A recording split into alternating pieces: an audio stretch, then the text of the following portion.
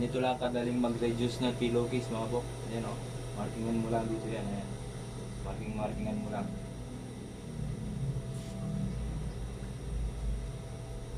So ayan. Pagkatapos na marking mga bok, dadaan natin yan sa overlock. Ito. So napakasimple lang mag-reduce nito mga bok. Yan. So patong ka lang sa marking mga bok. So, papatukan mo lang yung marking.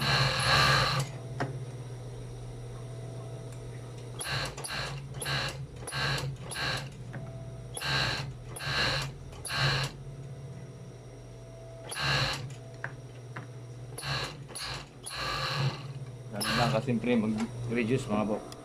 So ayan. Tapos makukuha mo na yung bok pag pinaliktad natin yan.